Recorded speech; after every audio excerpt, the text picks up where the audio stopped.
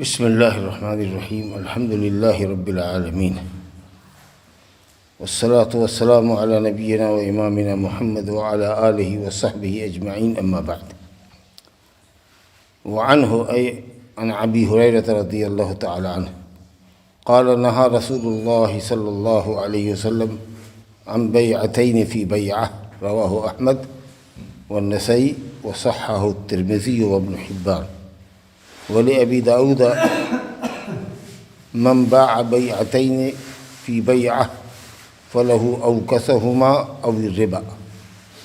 حدیث کے مفہوم کو سمجھیے۔ ابو ہریرہ رضی اللہ عنہ سے روایت ہے کہ رسول اللہ صلی اللہ علیہ وسلم نے ایک بیع میں دو بیع کرنے سے منع فرمایا۔ ایک بیع میں، ایک معاملے میں، خرید و فروخت کا ایک معاملے میں دو معاملہ کرنے سے منع فرمایا۔ اب اس کی کئی شکل ہوتی ہے، علماء نے بیان کیا ہے۔ مثلا اگر کسی کو کوئی کہے کہ صاحب میں نے تمہارا یہ گھر خریدا 1,00,000 روپے میں، تو دوسرے نے کہا کہ ہاں میں نے خریدا، مجھے قبول ہے اس شرط پر کہ تم بھی اپنا مکان مجھ سے 1,00,000 میں ہو یا 1,50,000 میں ہو بیچو، تو دونوں نے ایک ہی بیع میں دوسری بیع کر لی۔ میں یہ کتاب آپ سے خریدتا ہوں اس شرط پر کہ آپ میرا یہ موبائل بھی خریدیے۔ ایک بیع کے ساتھ دو بیع لگا دیا، تو کہا کہ یہ مطلب ہے مراد ہے، سمجھا؟ ان بیعتین فی بیعہ، ایک بیع کے اندر دو بیع کر دینا۔ مگر بعض اہل علم نے کہا کہ اس پہ کیا حرج ہے؟ اس نے کہا کہ میں اپنا یہ گھر بیچنا چاہتا ہوں، آپ نے کہا میں خریدوں گا، بولیے دام کتنا؟ تو کہا 2,00,000 روپیہ۔ آپ نے کہا کہ مگر اس شرط کے اوپر میں آپ کا مکان خریدوں گا کہ آپ بھی میرا مکان خریدیں۔ تو بولو کیا دام ہے؟ تو یہ دام۔ اگر دونوں فریق راضی ہے تو ٹھیک ہے، معاملہ ہو جائے گا۔ تو یہ شکل اکثر اہل علم کہتے ہیں کہ ایک بیع میں دو بیع کا یہ مطلب ہے کہ کوئی آدمی کوئی چیز بیچنے کے لیے پیش کرے تو دوسرا کہے کہ ہم خریدیں گے مگر تم کو بھی میرا یہ سامان خریدنا ہوگا تبھی خریدیں گے۔ حالانکہ اہل علم کہتے ہیں کہ اس میں کوئی حرج کی بات نہیں، بعض اہل علم کہتے ہیں کہ کوئی حرج کی بات نہیں۔ تو ایک بیع میں دو بیع کیسے ہو سکتی ہے؟ اب اس کی کیا اور شکل ہوگی؟ تو علماء نے کہا ایک دوسری شکل یہ ہے کہ ہم یہ کہیں مثال کے طور پر کہ یہ کتاب جو ہے آپ کے سامنے، یہ اگر نقد لیجیے گا تو 100 روپے میں دیں گے، اور اگر 6 مہینے کے لیے ادھار لیجیے گا تو 130 روپیہ لیں گے آپ سے، یا 150 روپیہ لیں گے، اور کسی ایک قیمت پر بات طے کیے بغیر آپ اٹھ گئے کہ اچھا جو ہوگا دیکھا جائے گا، سمجھا؟ تو ہوا کہ یہ ایک سامان کی دو قیمت لگایا، نقد میں یہ قیمت اور ادھار میں 6 مہینے کے لیے اتنی قیمت۔ اب کوئی ایک قیمت متعین کیے بغیر مجلس اٹھ جائے اور سامان لے کر کے آدمی چلا جائے تو کہا یہ بیع نہیں ہوا۔ کوئی ایک دام طے کر لیجیے کہ آپ نقد لیجیے گا کہ ادھار لیجیے گا، کوئی ایک بات طے کر لیجیے۔ لیکن اس سب شکل میں جو بہتر شکل اہل علم نے کہا ہے وہ یہ ہے، جیسے کہ دوسری روایت سے اس کی تائید ہوتی ہے، ذرا دماغ کھول کے سمجھیے، کہ مثال کے طور پر ہم نے یہ کتاب کسی کے ہاتھ بیچی، ایک شخص آیا کہا کتاب بیچیے گا، کہا کتنے میں؟ تو کہا کہ صاحب 150 روپیہ میں۔ نقد یا ادھار؟ کہا کہ نقد لوگے تو 100 لیں گے اور ادھار اگر لوگے تو 150 روپیہ ملیں گے۔ کئے مہینے کے لیے ادھار؟ تو کہا کہ 1 مہینے کے لیے ادھار چاہیے۔ پھر جب ہم نے اس کو ادھار کے نام پر 150 روپے میں دے دیا تو اس کو ہم نے یہ کہا کہ اگر تم چاہو تو اس کتاب کو نقد 100 روپے میں بیچ دو ہمارے ساتھ۔ تو سامنے والے نے کہا کہ ٹھیک ہے لیجیے۔ تو ہم نے اسی کتاب کو جس کو ادھار بیچا تھا 150 روپے میں، اسی آدمی سے نقد ہم نے خرید لیا 100 روپے میں، تاکہ کتاب کی کتاب آ گئی، 100 روپیہ آ گیا، اور 50 روپیہ اس آدمی کے ذمے ہمارا رہ گیا جو 1 مہینے کے بعد دے گا۔ یہ شکل زیادہ مناسب لگتی ہے اس حدیث کی روشنی میں کہ یہ آپ نے سود کمایا، کتاب بیچا ادھار ایک متعین قیمت پہ 100 روپے میں مثال کے طور پر، اور اسی آدمی سے نقد 1 دن کے بعد ہو یا اسی مجلس میں ہو یا 2 دن کے بعد ہو سکتا ہے کہ وہ خریدار بھی یہ سوچے کہ صاحب چلو پیسے کی ضرورت ہے، نقد پیسہ آ جائے گا نا، ادھار 1 مہینہ کے بعد دینا ہے 150 دے دیا جائے گا، سمجھا؟ تو اس نے اس کو بیچ دیا ہمارے ہاتھ، اور کتاب ماشاءاللہ جو کہ تو ہے کہ کوئی فرق بھی نہیں پڑا ہے، پھر ہم اس کو چاہیں گے دوسرے کے ہاتھ بیچ دیں گے، پھر اس سے اسی طرح کا دھندا کریں، اور اس طریقے سے ایک مہینے کے لیے 50 روپیہ 50 روپیہ 50 روپیہ لوگوں کے یہاں ہمارا فائدہ رہ جاتا رہے، تو یہ شکل مطابق ہے۔ کیونکہ آگے نبی صلی اللہ علیہ وسلم نے کہا کہ یاد رکھو، جس نے ایک بیع کے اندر 2 بیع کیا تو کم دام لے گا تو ٹھیک ہے، نہیں تو پھر سود ہو جائے گا۔ مطلب کیا ہوا کہ اگر آپ نے اس کتاب کو بیچا 150 روپے میں اور پھر ہم سے خرید لیا 100 روپے میں، تو ایک مہینے کے بعد اگر 100 روپیہ ہی آپ لیجئے گا تب تو ٹھیک ہے، لیکن اگر 150 لیجئے گا تو سود ہوا۔ اس بات نے واضح کر دیا کہ جو صورت یہاں پر مطلوب ہے وہ یہی ہے کہ آدمی اپنا کوئی سامان کسی کو ایک قیمت پر ادھار بیچے، اور جس قیمت پر بیچے اس سے کم قیمت پر اسی شخص سے نقد خرید لے، تاکہ کچھ باقی اماؤنٹ جو ہے اس کے پاس رہ جائے جو ایک مہینہ کے بعد ہم کو دے گا۔ تو نبی صلی اللہ علیہ وسلم فرماتے ہیں کہ اگر وہی قیمت جو اس نے دی ہے تم کو 100 روپیہ، اور سامان اپنا واپس لے لیا ہے اس نے، اگر وہی ایک مہینے کے بعد تم 100 روپیہ دو اور وہ لے گا 100 روپیہ تب تو ٹھیک ہے، اگر 100 سے زیادہ روپیہ اگر لیتا ہے تو وہ سود کھاتا ہے۔ تو یہ شکل زیادہ اچھی ہے، سمجھا کہ نہیں؟ اس کو علمی اصطلاح میں کہتے ہیں بیعینہ۔ بیعینہ کوئی سامان ادھار بیچنا اور پھر خریدار سے اسی سامان کو نقد کم دام میں لے لینا، تاکہ وہ پیسہ فاضل اس آدمی کے ذمے میں رہ جائے۔ تو یہ بیع کرنا منافع یا سود لینے کے ہیلوں میں سے ایک ہیلا ہے، تو یہ شکل جائز ہے۔ آگے دیکھیے حدیث۔ اگر عمر بن شعیب عن ابیہ عن جدہ قال، عمر بن شعیب رضی اپنے باپ اپنے دادا سے روایت کرتے ہیں، کہتے ہیں کہ رسول اللہ صلی اللہ علیہ وسلم نے فرمایا لا يحل سلف وبيع ولا شرطان في بيع ولا ربح ما لم يضمن ولا بيع ما ليس عندك، رواه الخمسہ وصححہ الترمذی وابن خزیمہ والحاکم۔ کئی چیزوں سے نبی صلی اللہ علیہ وسلم نے منع فرمایا، ممنوع بیع کا بیان چل رہا ہے۔ رسول اللہ صلی اللہ علیہ وسلم نے فرمایا لا يحل سلف وبيع، قرض اور بیع نہیں چلے گا، حلال نہیں ہے۔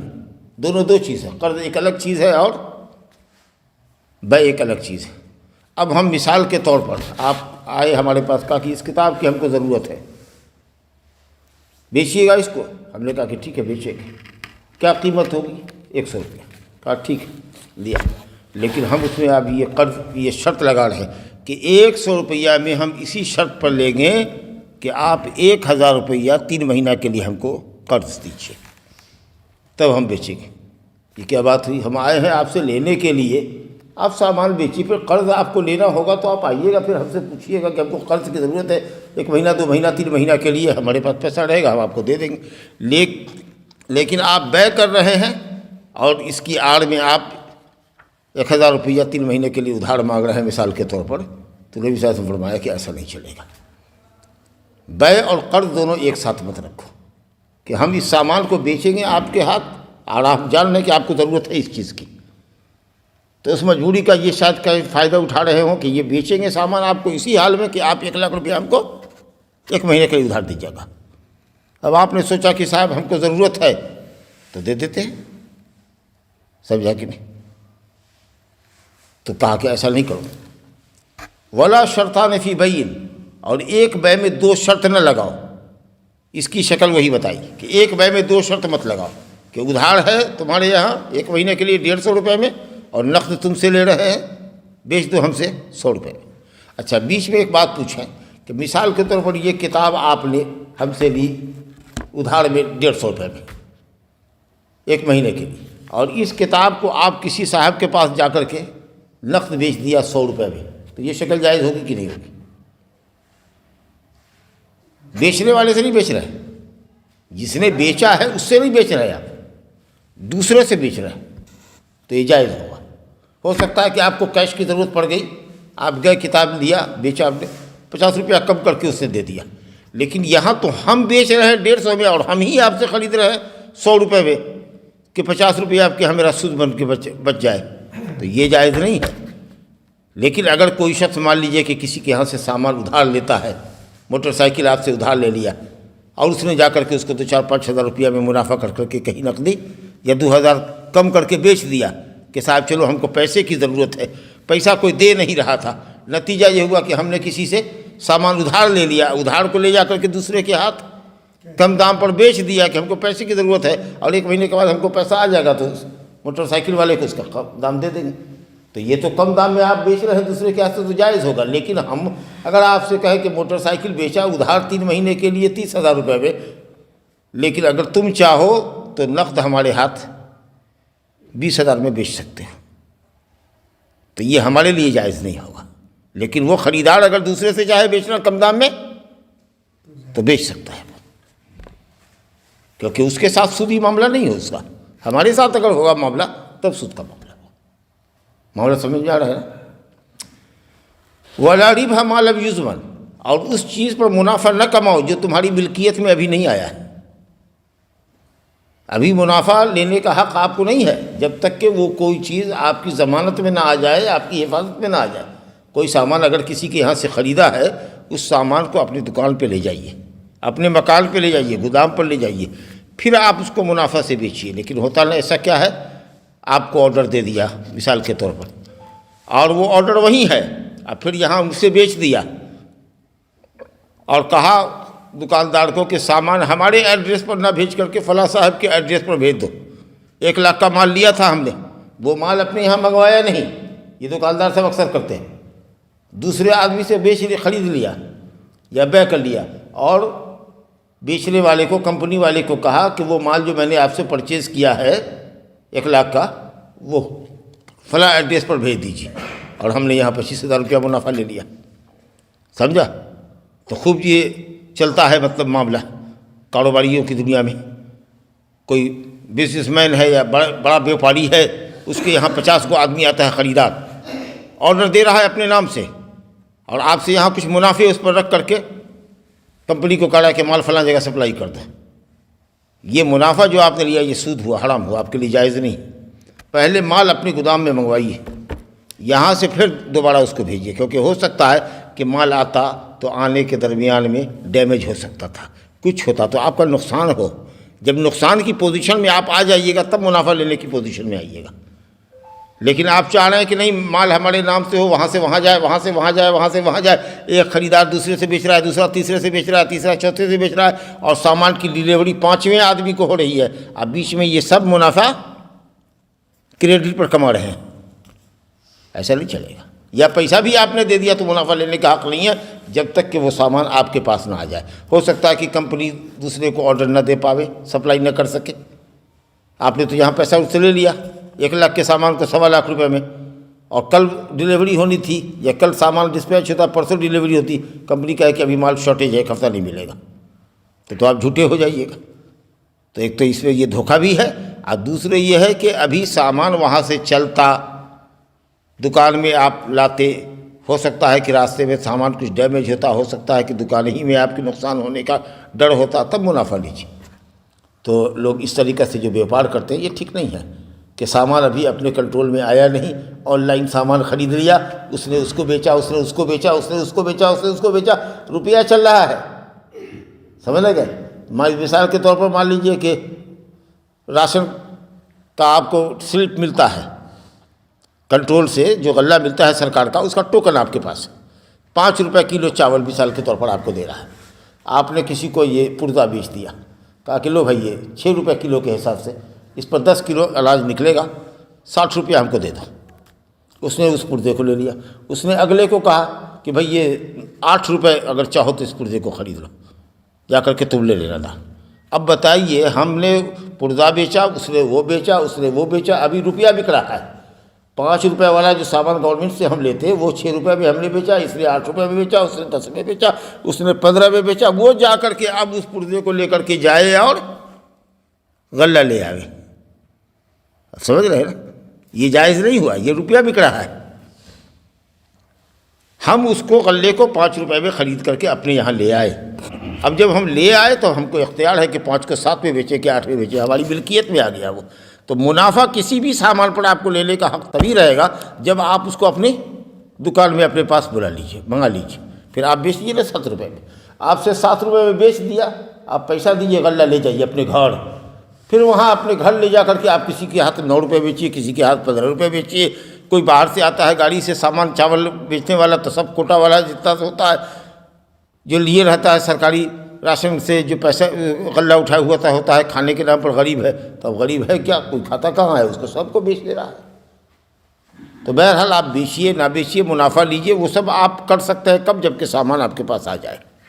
اپنے یہاں سے ڈیلیوری دوسرے کو دیے، دوسرا لے جائے، وہ تیسرے کو بیچے، جب وہ اس کے پاس سامان چلا جائے تب بیچے، یعنی کہ سامان کسی کے پاس ہے اور بک رہا ہے پیسہ، یہ پیسہ بک رہا ہے گویا۔ خوب چلتی ہے دلالی، ٹرک لے لیا بالو کا، خرید لیا، ابھی کہا کہ تم جاؤ چائے وائے پیو، دوسرا آدمی آیا وہیں پر ہے ٹرک بالو کا، ہاں بھائی بکے گا باغو، ہاں بھی بکے گا، تو 50,000 کا مال تھا 55,000 میں بیچ دیا ہم نے۔ وہ بھی دلال ہے، وہ بھی کہہ رہا ہے کہ نہیں اس کو اٹھانا نہیں ہے، یہاں 10 بجے تک رکیں گے، 12 بجے تک رکیں گے۔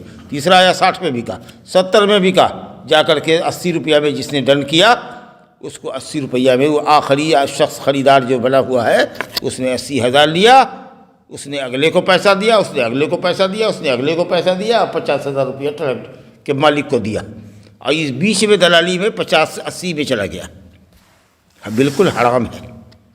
آپ اس ٹرک کو خریدیے، وہاں سے اس کو اٹھا کر کے اپنی جگہ پہ لے جائیے، اور وہاں آپ بھیج دیجیے 70 میں 80 میں، کوئی فرق نہیں۔ لیکن جس سامان کو جہاں خریدا ہے بغیر پیسہ دیے ہوئے یا بغیر اس کو اپنے قبضے میں لیے ہوئے، اور قبضے میں لینے کا مطلب ہے کہ وہاں سے اس کو شفٹ کیجیے، وہاں نہیں بکے گا وہ۔ تو یہ سب مارکیٹ میں دھندا چلتا ہے۔ دیکھیے نبی صلی اللہ علیہ وسلم نے کہا کہ جس سامان کو کہ تم مالک نہیں ہو، یا جو تمہارے زمان میں تمہارے قبضے میں نہیں آیا ہے، جس میں گھاٹے کا بھی پوزیشن ہونا چاہیے، تب تک منافع لینے کا ادھیکار نہیں ہے، حق نہیں ہے آپ کو۔ اسی طرح کا ولا بیع ما لیس عندک، جو چیز آپ کے پاس ہے نہیں اس کی آپ بیع کر رہے ہیں، جو چیز نہیں ہے اس کی آپ بیع کر رہے ہیں۔ مثال کے طور پر آپ کا بیل بھاگا ہوا ہے، 2 دن سے نہیں مل رہا ہے، کسی کو کہا کہ میرا بیل ہے، دیکھے ہوئے ہو نا، خوب اچھا بادشاہ تھا، ہاں، کہا بھائی 2 دن سے نہیں مل رہا، کہیں بھاگا ہوا ہے، ہم کوشش میں ہیں جاری، اس بیل کو خریدو گے؟ بیل تو ہے 50,000 کا، لیکن چلو 40 میں تم کو دے دیں گے، ہم نے ڈن کر لیا، ٹھیک ہے لیا، مل گیا تو تمہارے بھاگ سے 50 کا مال 40 میں ملے گا، اور اگر نہیں ملا تو پھر تو اپنے پیسے سے ہاتھ دھو لینا۔ یہ دھوکہ ہے کہ نہیں ہے؟ چڑیا ہوا میں اڑ رہی ہے، آپ کہہ رہے ہیں کہ ہم اس کو مار کر کے تم کو شکار دیں گے، چڑیا خریدو گے جو اڑ رہی ہے ہوا میں 50 روپے کے بدلے میں؟ کہا ٹھیک ہے، خریدا، گولی لگایا، نہیں لگا، پرندہ آپ سے بھاگ گیا۔ بہت بڑے تالاب میں مچھلی ہے، آپ پہلے ہی سے طے کر رہے ہیں کہ ایک مرتبہ مہاجال گرائیں گے اور اس میں جو مچھلی آوے گی وہ 50,000 کی ہوگی۔ معلوم یہ ہوا کہ صاحب یا تو 1 لاکھ کی مچھلی نکلی یا کچھ نکلی ہی نہیں۔ یہ کیا ہے؟ جوا ہو رہا ہے نا، جو مال آپ کے پاس نہیں ہے آپ اس کی بیع کر رہے ہیں، سمجھا کہ نہیں؟ تو یہ شکل بھی جائز نہیں ہے، مال آپ کے پاس ہونا چاہیے تب اس کو بیچیے، منافع لیجیے گا جب مال آ جائے تب۔ اور آگے ایک حدیث ذکر کیا ہے امام ابو حنیفہ کے حوالے سے، حدیث بہت کمزور ہے، کہ نبی صلی اللہ علیہ وسلم نے بیع کرنے سے اور ایک شرط لگانے سے اس سے منع فرمایا۔ حالانکہ یہ حدیث انتہائی ضعیف ہے، ہو سکتا ہے کہ ہم شرط لگاویں، مثال کے طور پر یہ ٹیبل ابھی آپ نے ہم سے خریدا یا ہم نے آپ سے خریدا کہ ٹیبل بیچے کہ ہاں کتنے میں بھائی؟ تو 500 روپے۔ کہا 500 روپے میں تو ہم دیں گے، لیکن اس شرط کے اوپر کہ اس کو ہمارے گھر آپ کو پہنچانا پڑے گا، ہم اس کو لے نہیں جا سکتے۔ تو سامنے والے نے کہا ٹھیک ہے آپ کی یہ شرط منظور ہے، لائیے 500 روپیہ لائیے، ٹیبل اٹھایا ہمارے گھر لے جا کے پہنچایا، یہ شرط ہم نے لگایا، ٹھیک ہوا کہ نہیں ہوا؟ جائز۔ حضرت جابر رضی اللہ عنہ سے نبی صلی اللہ علیہ وسلم نے سفر کے درمیان خریدا تھا اونٹ، حضرت جابر نے یہ شرط لگایا کہ میں نے آپ کے ساتھ آپ کے ہاتھ اونٹ بیچا، لیکن اس شرط کے اوپر کہ میں اونٹ حوالے کروں گا مدینہ، سواری کیسے کر کے جاؤں گا، پیدل کیسے جاؤں گا گھر؟ تو آپ نے کہا کہ میں بھی اس کی قیمت مدینہ چل کے دوں گا۔ تو شرط تو جائز ہے بیع میں، ایسی شرط جو فالتو نہیں ہے اور عقد کے مطابق ہے اور اس میں کسی نہ کسی کا بہرحال فائدہ ہے، جائز ہے۔ تو یہ حدیث غلط ہے، کمزور ہے کہ نبی صلی اللہ علیہ وسلم بیع اور شرط لگا لیتے ہیں کیا؟ اگر شرط معقول شرط ہے تب جائز ہے۔ اب کوئی کسی سے بیاہ کرے، مان لیجئے، ایک مثال دیتے ہیں سمجھانے کے لیے، اور لڑکی کہے بیاہ کرنے والے کو کہ ہم نے شادی تو منظور کی لیکن وہ ہمارے بستر پر نہیں آئے گا، ارے تو شادی کائے کے لیے کیا؟ آپ ایسی شرط لگا رہی ہو جو شرط شادی کے مقصد ہی کے خلاف ہے، تو غلط بات ہوگی نا۔ لیکن اگر یہ شرط لگتی ہے کہ دیکھو بھائی، ہم نے تم سے موٹر سائیکل تو لیا لیکن ہم کو چلانا نہیں آتا ہے، اس کو چلا کر کے ہمارے گھر پہنچا دینا ہوگا، وہاں سے تم ٹیمپو سے آ جاؤ گے، وہ بھاڑا بھی ہم تم کو دیں گے، چلو منظور ہے، لیکن پہنچانا پڑے گا وہاں۔ یہ سامان ہم نے لیا لیکن ہم اس کو اٹھا نہیں سکتے، اس کو اٹھا کر کے ہمارے گھر پہنچانا ہوگا۔ آپ کو اگر منظور ہے یہ شرط تو الحمدللہ کوئی حرج نہیں۔ چلیے، تو بہرحال معلوم ہوا کہ بے کر رہے ہیں، قرض کا مطالبہ کر رہے ہیں، کتنا روپیہ دو گے؟ یہ سامان بیچا مگر اس شرط کے اوپر کہ 10,000 روپیہ ہم کو دینا پڑے گا 3 مہینے کے لیے ادھار، قرض دینا ہوگا، یہ جائز نہیں۔ ایک بے میں 2 شرط لگا دیا، نقد ادھار قیمت یہ، اور پھر اس سے کہا کہ نقد میں ہم کو یہ دے دو جو ابھی آپ نے سنا، بے اینا، جو سامان ابھی آپ کی ملکیت میں نہیں آیا ہے آپ اس کے اوپر منافع لے رہے ہیں، ایک دوسرے سے ہاتھ بیچ رہے ہیں، گویا کیش بک رہا ہے، روپیہ بک رہا ہے، اور آخری خریدار جو ہوگا وہ سامان لے گا، گویا کہ اس نے خریدا، اب بیچ میں سب منافع جو ہی حاصل کر لیا۔ یا جو چیز آپ کے پاس نہ ہو اس کو آپ بیچ رہے ہیں۔ اب سوچئے تو، اب کسی کا گھر بتا کر کے، ایوب کا گھر بتا کے کوئی کہے کہ یہ مکان ہم کو لینا ہے، کہا کہ ٹھیک ہے ہم دلوا دیں گے، ہم خریدتے ہیں، کتنے میں لوگے؟ تو بولو 2 لاکھ روپے میں، اور ہم یہ سمجھ رہے ہیں کہ 2 لاکھ روپیہ اسے لے لیا ہے، اور گھر والے سے کل گفتگو کریں گے اور وہ بیچ دے گا 1.5 لاکھ روپے میں، ہم اس کے حوالے کر دیں گے، 50,000 روپیہ فائدہ ہوا۔ ارے اللہ کے بندے، دوسرے کا مکان جو تمہارا نہیں ہے، جو چیز تمہاری نہیں ہے، تم اس کو بیچ رہے ہو، اور وہ آدمی اس مکان کو تم سے بیچے ہی نہیں، تو پھر خریدار سے جو تم نے پیسہ لے لیا ہے اس کا کیا کرو گے؟ تو یہ بالکل غلط چیز ہے۔ تو جب تک چیز آپ کے پاس آ نہیں جاتی ہے آپ بے مت کیجیے، ہو سکتا ہے کہ آپ وقت پر اس کے حوالے نہیں کر پائیے گا۔ چلیے ایک حدیث اور دیکھیے، وَعَنْهُ، اور عمر بن شعیب رضی اللہ عنہ سے روایت ہے، باپ دادا سے کہتے ہیں کہ نبی صلی اللہ علیہ وسلم نے منع فرمایا ان بیع العربان، عربان کی بے سے۔ یہ حدیث بھی کمزور ہے۔ عربان کیا ہوتا ہے؟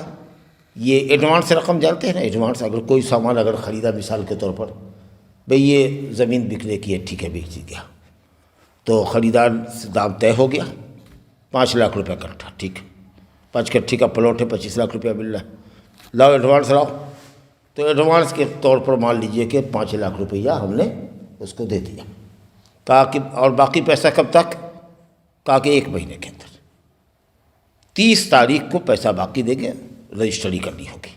کہا ٹھیک ہے، اور اگر تم نے نہیں لیا تب تو نہیں لیا، تو جو آپ کو ایڈوانس دیا ہے اس سے ہم ہاتھ دھو لیں گے، جو گیا۔ تو اس حدیث میں تو ہے کہ نبی صلی اللہ علیہ وسلم نے اس کو بیع کرنے سے منع کیا ہے، لیکن یہ جائز ہے، حدیث ضعیف ہے۔ اس میں مصلحت ہے، مصلحت یہ کہ آپ ایڈوانس اس لیے دھرا دیتے ہیں کہ وہ سامان دوسرے کے ہاتھ نہ بیچیں، اور وہ بھی اس لیے پکڑ لیتا ہے کہ خریدار بھی ہمارا بچ گیا، کیونکہ وہ اگر جان لے گا کہ اگر اس نے ٹائم پر پیسہ دے کے نہیں لکھایا تو اس کا وہ ایڈوانس سخت ہو جائے گا۔ تو اس میں دونوں کی مصلحت ہے، ورنہ اگر ایڈوانس نہیں لیتا تو آپ ٹالتے رہتے، اچھا لیں گے اچھا لیں گے اچھا لیں گے، آؤ اس بیچارے کو پیسے کی ضرورت ہے۔ تو اس لیے اہل علم نے کہا ہے کہ یہ جائز ہے بھائی، کہ اس شرط کے اوپر معاملہ کیا جائے کہ اگر آپ کوئی سامان خرید رہے ہیں تو ایڈوانس پکڑائیے، ایڈوانس پکڑا دیا آپ نے، اور اگر وقت مقرر ہے اگر اس کے اوپر آپ نے نہیں خریدا تو آپ کو ایڈوانس کی رقم واپس نہیں ملے گی، تو جائز ہے، تاکہ آپ کو فکر رہے، چنتا رہے کہ ہاں ہمارا پیسہ 1 لاکھ ڈوب جائے گا، 5 لاکھ ڈوب جائے گا اگر ہم نے نہیں لیا تو۔ اس لیے ہر حال میں آپ کوشش کیجیے گا بھاگ دوڑ کر کے کہ کیسے پیسہ مہیا کریں، اس کو دیں اور لکھوا لیں اپنے نام سے۔ چلیے اس کے آگے دیکھیے، ایک روایت اور پڑھیے۔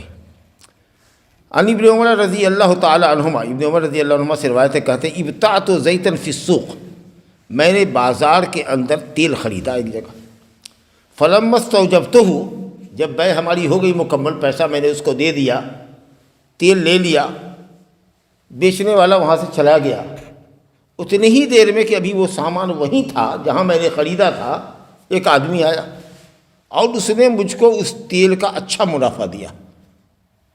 مان لیجئے کہ اگر 500 روپے میں لیا تھا تو سیدھے ایک آدمی آیا، کہا کہ یہ تیل بیچنے کا ہے کیا؟ کہا ہاں، کہا ہم 700 روپے آپ کو دیتے ہیں، یہ تیل ہم کو بہت ضروری ہے، دے دیجیے۔ تو میں نے سوچا کہ ارے 10-20 روپیہ منافع اس میں ملتا، 25-50 اگر ملتا، 500 پر تو بہت ملتا، یہ 200 روپیہ دے رہا ہے منافع۔ بس اسی جگہ پر حضرت عبداللہ بن عمر کہتے ہیں کہ میں نے اس آدمی سے لین دین کرنا چاہا، اتنا ہی لین دین کریے رہے تھے کہ ایک آدمی نے پیچھے سے آ کر کے میرے ہاتھ پر مارا، یا میں اس کے ہاتھ پر مارنا ہی چاہتا تھا کہ یہ لو تیل اور تم پیسہ دو۔ اور عرب میں ہوتا یہ تھا کہ جب بے مکمل ہو جاتی تھی، لین دین خرید مکمل ہو جاتا تو ہاتھ کو ہاتھ پر مارتے ایسے، سمجھا کہ اسی طریقے سے تھپ تھپ تھپ تھپ کی آواز ہوتی، گویا ڈن، بے مکمل، تم کو سامان دیا تو بڑا پیسہ لیا، ہاتھ لاؤ لاؤ لاؤ، ایسی طریقہ کا معاملہ چلتا تھا۔ اس کو صفقہ کہتے ہیں کہ بے مکمل ہوا۔ تو ابھی میں ہاتھ مارنے ہی والا تھا خریدنے والے پر کہ یار ہماری بے ڈن ہوئی، مکمل ہوئی، لاؤ 700 روپیہ، لو تیل۔ اتنے ہی درمیان میں ایک پیچھے سے ایک آدمی آیا اور اس نے میرا ہاتھ پکڑ لیا، کہا کیا کر رہے ہو؟ کہا کہ تیل ہے یہیں پر خریدا ہے، اس کا منافع ٹھیک ٹھاک مل رہا ہے، دے رہے ہیں۔ کہا سنو حدیث سن لو، اس کے بعد معاملہ کرنا۔ کہتے ہیں کہ میں نے وہی تیل خریدا تھا، اور جب وہ میری ملکیت میں آ گیا، بے مکمل ہو گئی، وہ آدمی جانے کو تیار ہو گیا جس نے بیچا تھا، ایک آدمی مجھ سے ملا اسی جگہ پر اور وہ مجھ کو اچھا منافع دے رہا تھا، تو میں نے چاہا کہ اس کے ہاتھ پر ہاتھ اپنا رکھوں، یعنی ماروں اور بے کو مکمل کروں، کہ اسی بیچ میں ایک آدمی پیچھے سے آ کر کے اس نے میرا باں پکڑ لیا، میرا بازو پکڑ لیا، یا میرا زرہ پکڑ لیا، ہاتھ پکڑ لیا میرا، یہ کیا کر رہے ہو؟ بے زرائی، میرا زرہ پکڑ لیا، یہ کیا کر رہے ہو تم؟ جب میں نے مڑ کے دیکھا تو وہ زید بن ثابت انصاری رضی اللہ عنہ تھے۔ انہوں نے کہا لا تبے ہو حیث ابتعتہ، نبی صلی اللہ علیہ وسلم کی حدیث آگے سنایا، کہا کہ جہاں جو سامان خریدو وہاں اس کو نہ بیچو، اب اس کو پھر تم کو لے کے جانا ہے اپنی جگہ پہ، جہاں خریدا وہیں پر آپ اس کو منافع میں نہیں بیچ سکتے، آپ اس کو لے کے جائیے اپنی دکان پر، اپنے گودام میں، جی جس ٹرک کو خریدا ہے بالو والے کو، اس کو لے کے آپ کو جانا ہے، وہاں نہیں بیچنا ہے آپ کو، جی حتیٰ تحوزہ الی رحلک، یہاں تک کہ تم اس کو اپنے گھر لے جاؤ، اپنی دکان میں لے جاؤ، سامان کو پہلے لے جاؤ، کیونکہ رسول اللہ صلی اللہ علیہ وسلم نے سامان کی بیع کرنے سے منع فرمایا ہے جہاں وہ خریدی جائے، جو سامان آپ نے جہاں خریدا ہے اس کو وہیں آپ نہیں بیچ سکتے، حتیٰ یحوز التجار الی رحالہم، تاکہ یہاں تک کہ تجار اس کو اپنے تحویل میں لے جائے، اپنے قبضے میں لے جائے، اپنے گھر تک لے جائے، اپنے منزل تک، اپنی دکان تک، اپنے گودام تک لے جائیں، کیونکہ اسے لے جانے میں ہو سکتا ہے کہ سامان آپ کا کچھ ڈیمیج ہو، نقصان ہو۔ کہا کہ منافع لینے کی پوزیشن میں آپ تبھی آئیے گا جب آپ گھاٹا سہنے کی بھی پوزیشن میں آ جائیے، لیکن آپ نے جہاں خریدا ہے وہی ہے۔ ہو سکتا تھا خدا نخواستہ کہ آپ کے وہ تیل کا گیلن آپ کے ہاتھ سے چھوٹ جاتا اور آپ کا نقصان ہو سکتا تھا، لیکن آپ نے وہاں وہیں بیچنا چاہا کہ ہم کہاں ہی جوخم اٹھائیں، لے جائیں بھیڑ بھاڑ میں، کہیں ہاتھ سے چھوٹ جائے، گر جائے، ہم یہیں پر بیٹھے رہتے ہیں تاکہ بیچے۔ آپ صلی اللہ علیہ وسلم نے قانون بتایا کہ جو آدمی جس منڈی میں جس دکان سے سامان خریدا ہے اس دکان کے پاس اس کو نہیں بیچے گا، جہاں تک کہ اس کو اپنی جگہ پہ لے جائے اور وہاں لے جا کر کے بیچے جہاں تم دکان لگاتے ہیں۔ آپ سمجھ رہے ہیں؟ آپ سوچیے، جہاں جو سامان خریدے وہاں نہیں بیچنا، اس کو آپ کو اپنی جگہ پہ منتقل کرنا، بہت اچھی بات ہے۔ اب ایک حدیث اور دیکھیے، انہی سے روایت ہے ابن عمر سے، کہتے ہیں میں نے کہا یا رسول اللہ انی ابیع الابل بالبقیع، بہت اچھی حدیث ہے، کہا کہ انی ابیع الابل بالبقیع، میں اونٹ بیچتا ہوں مقام بقیع میں، مدینہ میں ایک جگہ ہے بقیع جو آج کل مدینہ والوں کی قبرستان ہے، آج کل نہیں، نبی کے زمانے ہی سے بہت مشہور جگہ ہے بقیع، وہیں بازار لگتا تھا، تو میں اونٹ بیچتا ہوں وہاں۔ چلیے بھائی اونٹ بیچتا ہوں، تو اونٹ جب بیچتا ہوں اس کی قیمت، اس زمانے میں سکہ چلتا تھا سونے کا یا چاندی کا، تب جا کے نہیں، کاغذ کا نوٹ تو بہت حال کی پیداوار ہے نا، پہلے تو چاندی اور سونے کا سکہ چلتا تھا۔ تو میں نے اونٹ بیچا مثال کے طور پر، بھائی کتنا دام ہے اس کا؟ تو کہا گیا کہ 5 دینار، سمجھ لگے؟ اس کو میں نے کس سے بیچا؟ اس وقت کا جو سکہ تھا سونے کا اس کو کہتے تھے دینار، تو 5 دینار میں آپ نے خرید لیا، اور ہم نے ان کو یہ کہا کہ آپ اس کو 60 درہم میں دے دیجیے، دینار کو کنورٹ کر دیا ہم نے درہم میں، درہم میں کر دیا، درہم چاندی کے سکے کو کہتے ہیں۔ تو آپ صلی اللہ علیہ وسلم نے کہا کہ کوئی بات نہیں ہے، اگر آپ نے اس کو کسی سکے میں خریدا ہے اور دوسرے سکے میں اس کو تبدیل کرنا چاہتے ہیں تو بس دو شرط کا پالن کیجیے. ایک تو یہ کہ ریٹ دونوں سکے کا جو آج کا ریٹ ہے وہ ریٹ ہونا چاہیے اور مجلس سے جدا ہونے سے پہلے ہی ہاتھوں ہاتھ ہو جانا چاہیے. سمجھے بات آئی کہ نہیں؟ یہ اونٹ کو اگر بیچتے آپ روپے سے، مثال کے طور پر ہوتا ہے ڈالر میں آپ بیچ رہے ہیں، کسی کو آپ نے کہا کہ ہم نے $100 میں اس کو دیا آپ کو. اب اس $100 کو جو آپ کے ذمے ہوا خریدار کی حیثیت سے، اس کو اب ہم کریں کہ انڈین روپے میں ہم کو دیجیے. تو انڈین روپے میں آپ کہتے ہیں کہ ہم جو ہے وہ 90,000 روپیہ لیں گے. تو نبی صلی اللہ علیہ وسلم نے کہا کہ نہیں، آپ اس $100 کی جو قیمت مارکیٹ میں ہے، مثال کے طور پر $1 80 روپے کا ہے، تو $100 ہوگا آپ کا 80,000 روپیہ. سمجھ آئے؟ اگر $100 80,000 کا ریٹ ہے اور آپ اس کو کریں کہ 90,000 میں دیں گے تو آپ نے کہا یہ جائز نہیں. آپ سکے کو سکے سے بدلیے، لیکن جو ریٹ ہے مارکیٹ کا وہی ریٹ لینا پڑے گا، اور پھر پیسہ دیجئے اور پیسہ لیجیے. خوب اچھی بات ہوئی، کیونکہ آپ ایک سکے کو دوسرے سکے سے بیچ رہے ہیں اگر، تو اس میں ضابطہ یہی ہے کہ ہاتھوں ہاتھ ہونا چاہیے، تو ادھار چلے گا نہیں. نقطے کی بات ہے، سمجھ لیجیے. لیکن اگر آپ ایسا کرتے کہ یہ کتاب لیتے اور ہم کو $100 دے دیتے، اب اس $100 کو میں جاتا کسی کی دکان پر جو منی ایکسچینج کرتا ہے، روپیہ تبدیل کرتا ہے، اور اس کو کہتے کہ بھائی ہم اس کو بیچیں گے 90,000 روپے میں، یہ ایک $100 کا جو پیسہ ہے ہمارے پاس، ہم اس کو بیچیں گے 90,000 روپے میں. تو چونکہ وہ انڈین روپیہ ہے اور وہ ڈالر ہے، امریکن پیسہ ہے، تو جس بھاؤ سے چاہیے آپ بیچ سکتے ہیں، لیکن ہاتھوں ہاتھ ہونا چاہیے. لیکن یہاں پر مصیبت کیا ہے کہ خریدار کے ذمے ابھی پیسہ ہے، پیسہ میرے ہاتھ میں نہیں آیا، اور اسی خریدار سے ہم یہ کریں کہ $100 نہ دے کر کے ہم کو 90,000 روپیہ دے دو. اور کہ بھائی 90,000 کیسے دیں گے؟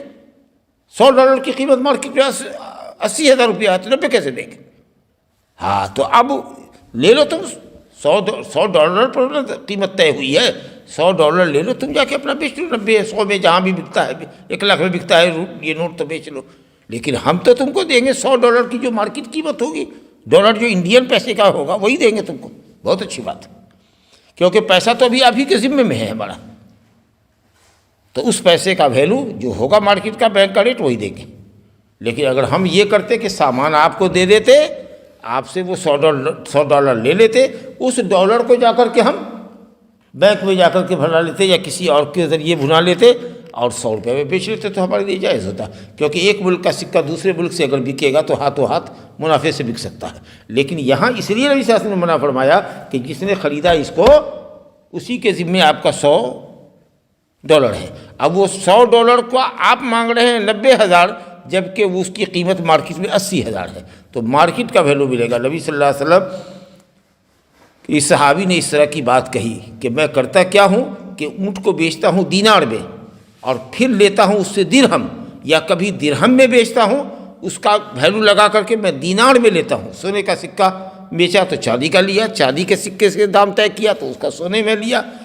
تو نبی صلی اللہ علیہ وسلم نے فرمایا کہ کوئی حرج نہیں ہے، ایسا کر سکتے ہو، لیکن 2 شرط ہیں. بسیر یومہا، جس سکے سے بیچے ہو اور جو سکہ لے رہے ہو، دونوں کی قیمت کیا ہے مارکیٹ کی، اس قیمت کا اعتبار کرنا پڑے گا، فاضل نہیں مانگنا ہوگا آپ کو. اور جدا ہونے سے پہلے کیش ہو جانا چاہیے، کیونکہ روپے کی بے روپے پہ ادھار نہیں چلے گی، کیش بالکل ہوگا، اور وہیں جو بھاؤ ہوگا اس سے. لیکن اگر آپ سامان دے دیجئے، اور جیسے کہا نا کہ $100 آپ نے لے لیا، اب اس $100 کو بیچیے گا، 90,000 میں بیچیے، 1 لاکھ میں بیچیے، کوئی فرق نہیں پڑتا ہے. لیکن جس آدمی کے یہاں آپ کا $100 تھا، وہ اگر انڈین روپے میں تحویل کرے گا، اس کو چینج کرے گا، تو جو پیسے کا ویلو ہوگا وہی دے گا آپ کو. اور نہیں، اگر آپ اس سے زیادہ مانگ رہے ہیں تو یہ سود لے رہے ہیں آپ. سمجھ گئے جی؟ اچھا چلیے، مثال کے طور پر ایک آپ کا دماغ جانچنے کے لیے پوچھتے ہیں. اگر مان لیجئے کہ صاحب مارکیٹ کے ریٹ سے $100 80,000 کا ہوا، ہم نے کہا کہ صاحب مارکیٹ کا ریٹ ہے کتنا ہے بھائی؟ 80,000. کہا نہیں آپ 70,000 دے دیجیے. تو یہ صحیح ہوا کہ نہیں ہوا؟ ہم نے بیچا آپ کے ہاتھ $100 میں، $100 کا ویلیو ہم نے مانگا کہ روپیہ میں دیجیے، روپیہ اس کا بنتا ہے 80,000. جب آپ دینے لگے تو ہم نے کہا نہیں آپ 70,000 دیجیے. تو ہمارے لیے یہ لینا کم جائز ہوگا کہ نہیں ہوگا؟ جائز ہوگا. ہم سامان والے ہیں، پیسہ آپ کے یہاں 80,000 ہے، آپ 80,000 دینے کو بھی تیار ہیں، لیکن ہم نے دام کم کر دیا. تو کم کرنے میں تو کوئی حرج نہیں ہے، لیکن ہاتھوں ہاتھ لینا ہوگا. پھر ادھار نہیں چل رہا. یہ شرط ہمیشہ رہے گی کہ ایک دم کیش ہوگا. لیکن اگر آپ زیادہ مانگ رہے ہیں ریٹ سے، خریدار کو کہہ رہے ہیں کہ $100 نہ دے کر کے اس کا جو پیسہ بنتا ہے انڈیا میں وہ ہم کو پیسہ دے دو. کہتا ہے ہمارے پاس دونوں پیسہ ہے، ڈالر چاہو تو ڈالر لے لو، انڈین پیسہ چاہو تو انڈین لے لو. ایسی صورت میں $100 کا بھاؤ جو ہوگا خریدار آپ کو وہی دے گا. ہاں کم اگر آپ چاہیں تو اپنا قیمت کم کر کے لے سکتے ہیں، لیکن زیادہ مارکیٹ کے ریٹ سے نہیں لے سکتے. اور اگر آپ زیادہ کا مطالبہ کر رہے ہیں تو بھیا $100 لے لیجئے، سامان ہم کو دے دیجیے، اپنا جا کے ڈالر بیچ دیجیے. تو نبی صلی اللہ علیہ وسلم سے کہا کیا انہوں نے کہ میں بقی میں اونٹ بیچتا ہوں دینار سے، اور دینار کو بیچتا ہوں اسی شخص سے چاندی کے بھاؤ، کہ اس دینار کا 1 دینار مثال کے طور پر 10 درہم کا ہوا، تو 5 دینار میں اگر ہم نے بیچا تو درہم ہم کو کتنا ملنا چاہیے؟ 10 پنچے 50 درہم ہم کو ملنا چاہیے. لیکن ہم اس آدمی کو کہہ رہے کہ تم سے 60 لیں گے. بھائی 60 کا لوگے؟ 50 کا ریٹ ہے تو 50 لو، نہیں تو لو 5 دینار. تو یہ ٹھیک ہوگا. اگر فاضل لوگے تو سود ہو جائے گا. سمجھا کہ نہیں؟ تو آپ نے کہا کہ کوئی حرج نہیں ہے کہ دینار میں بیچو تو درہم لے لو، یا درہم بیچ کر کے اس کا دینار کر لو. لیکن شرط بس یہی ہے کہ اگر خریدار سے یہ معاملہ کر رہے ہو تو جو تمہارے سکے کا ویلو ہے دینار کا درہم میں جو آج کا ویلو ہے وہ ویلو کے مطابق پیسہ لینا پڑے گا، اور ایک دوسرے سے جدا ہونے سے پہلے معاملہ آپ کو فائنل کر لینا پڑے گا. ھذا وباللہ التوفیق.